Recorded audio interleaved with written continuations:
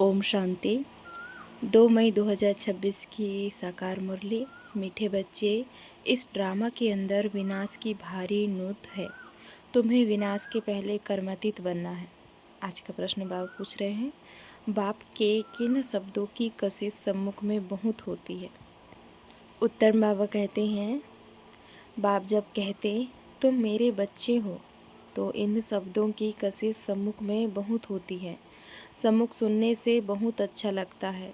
मधुबन सब बच्चों को आकर्षित करता है क्योंकि यहाँ है ईश्वरीय परिवार।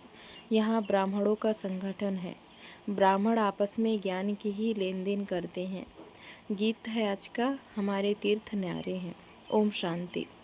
बच्चे जानते हैं कि हम अविनाशी यात्रा अथवा रूहानी यात्रा पर जा रहे हैं, जिस यात्रा से हम लौटकर मृत्यु लोक में नहीं आएंगे।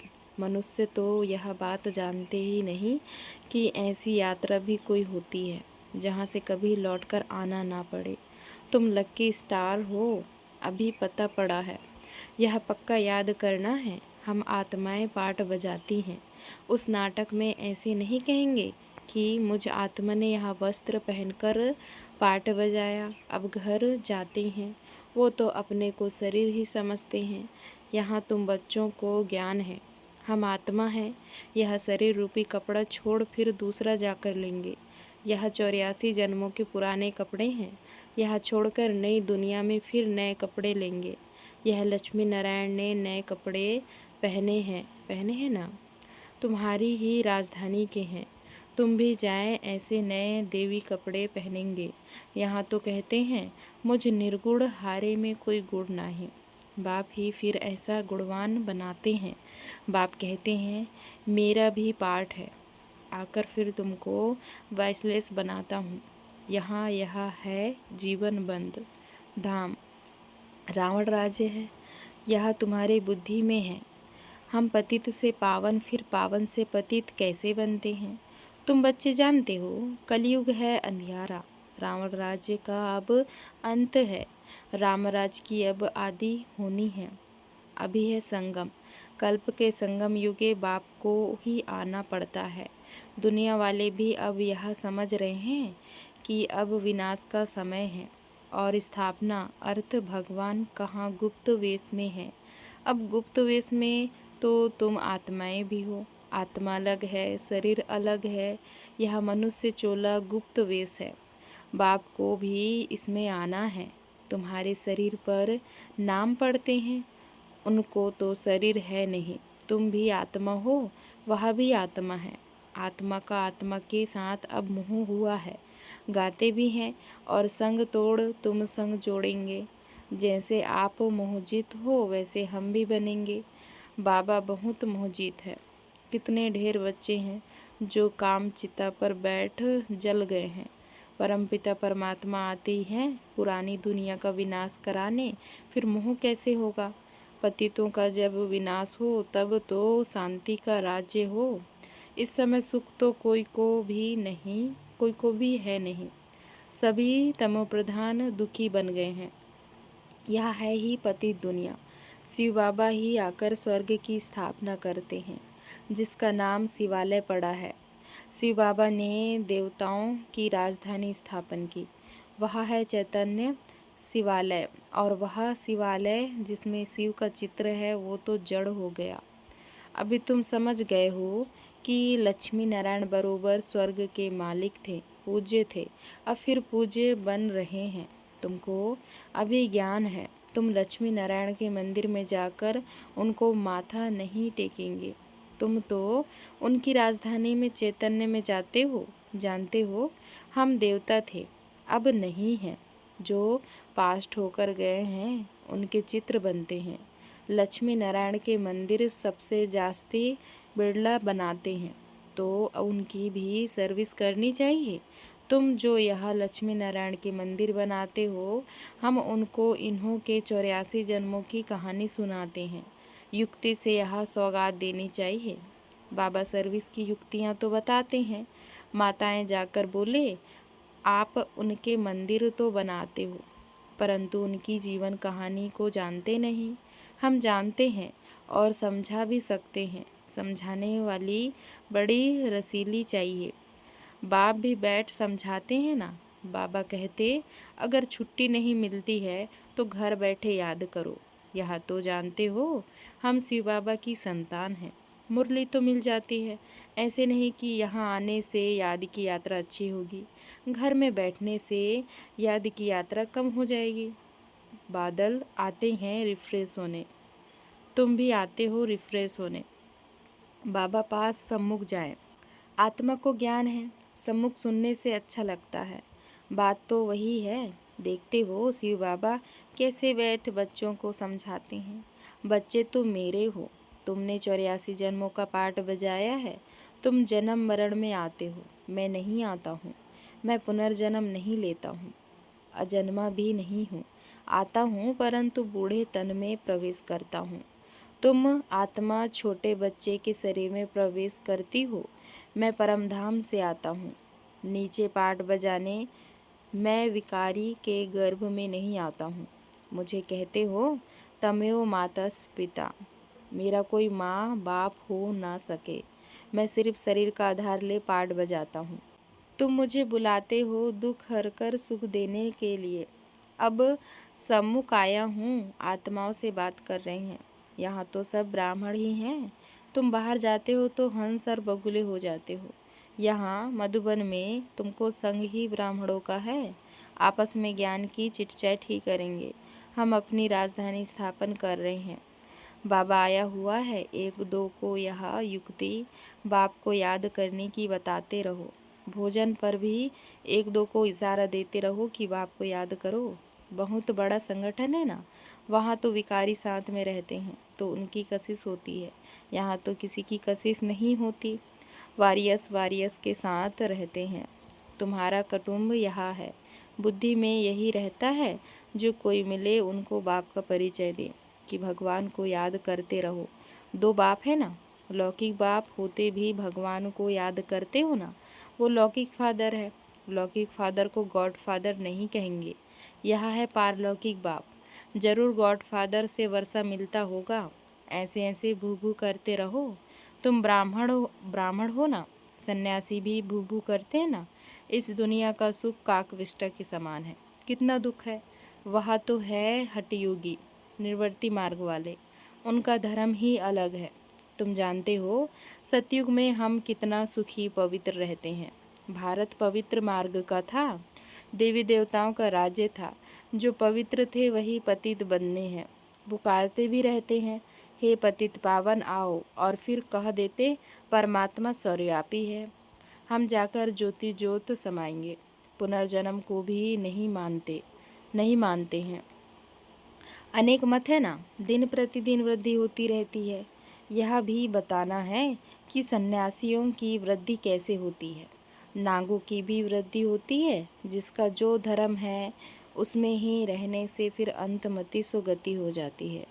जिसका जो जास्ती अभ्यास करते हैं, जैसे कोई शास्त्र आदि पढ़ते हैं, तो अंतमति सो गति फिर छोटेपन में ही शास्त्र कट हो जाते हैं। अभी बाप कहते हैं मैं फलाना हूँ, यहाँ हूँ। यह सब देह अभिमान की बातें छोड़ दो। अपने को अशरीरी आत्मा समझो और बाप को याद करो। इस शरीर को देखते हुए भी नहीं देखो। देह सहित देह के जो संबंध आदि हैं सबको छोड़ो। अपने को आत्मनिश्चय करो, परमात्मा को याद करो। इसमें टाइम बहुत लगता है, माया याद करने नहीं देती है। नहीं तो वानप्रस्थी के लिए बहुत सहज है। बाप खुद कहते हैं अभी तुम छोटे बड़े सबकी वानप्रस्थ अवस्था है। एक तरफ विनाश भी होता रहेगा, दूसरे तरफ जन्म भी लेते रहेंगे।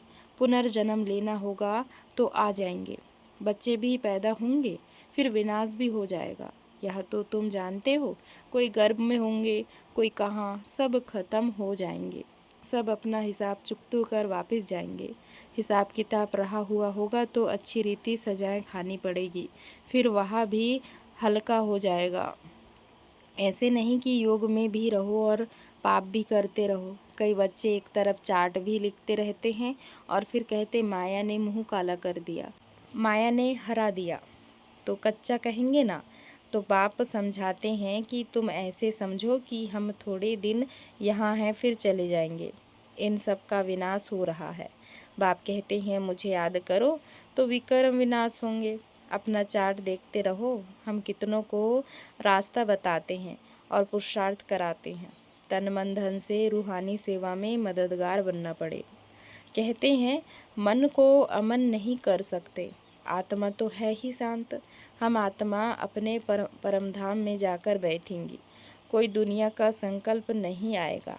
ऐसे नहीं कि आंखें बंद कर अनकॉन्शियस होना है, ऐसे बहुत सीखते भी हैं। 10-15 मिनट अनकॉन्शियस भी हो जाते हैं। यह अभ्यास करते करते हैं, फिर इतने समय बाद जग जाएंगे। जैसे टाइम बॉम्ब्स होते हैं तो उनका भी टाइम होता है। यह इतने घंटे बाद फटेंगे। तुम बच्चों को पता है हम योग लगा रहे हैं। जब तमो प्रधान किचड़ा निकलेगा, हम सतो प्रधान बन जाएंगे, तो फिर इस शरीर को छोड़ देंगे। हम अभी योग की यात्रा पर हैं। टाइम मिला हुआ है, फिर यह शरीर छोड़ना ही है, फिर सब खत्म हो जाएगा।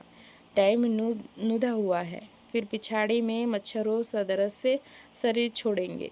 विनाश होगा, तुम कर्मतीत अवस्था को पाएंगे, फिर विनाश शुरू हो जाएगा। विनाश का बड़ा भारी सीन है। यह ड्रामा में भारी नूत है। तुम जानते हो हमारी अवस्था एक रस रहेगी, खुशी में सदैव हर्षित रहेंगे। यह दुनिया तो खल्लास होनी ही है। जानते हैं कल्प कल्प संगम युग होता है, तब विनाश विनाश होता है। सिर्फ बॉम्ब्स नहीं, नेचुरल कैलामिटीज़ भी मदद करती हैं।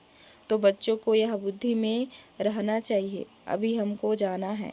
जितना बाबा को याद करेंगे तो विकर्म विनाश होंगे, ऊंच पद पाएंगे।